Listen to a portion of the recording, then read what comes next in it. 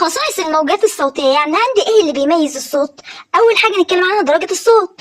درجة الصوت لما الدرجة بتعلى قوي بيبقى الصوت رفيع زي الستات كده. طيب ولما الدرجة تقل بيبقى الصوت غليظ زي صوت مين؟ الرجال.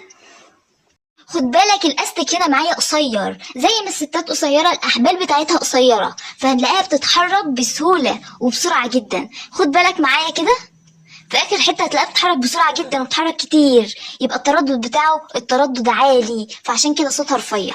تعال خد بالك من الصوت معايا كده، صوت رفيع جدا وبيتحرك، بص، يبقى التردد. طولنا الاستك شوية وتعالوا نشوف صوت الراجل، هنلاقي صوته غليظ. خد بالك معايا من اخر الاستك كده، الحركة بطيئة. عم توصل لاخر الاستك بتكون ايه؟ بتكون الحركة بطيئة، فبالتالي التردد ماله؟ التردد منخفض، يعني بيتحرك ببطء، هتلاقيه منخفض.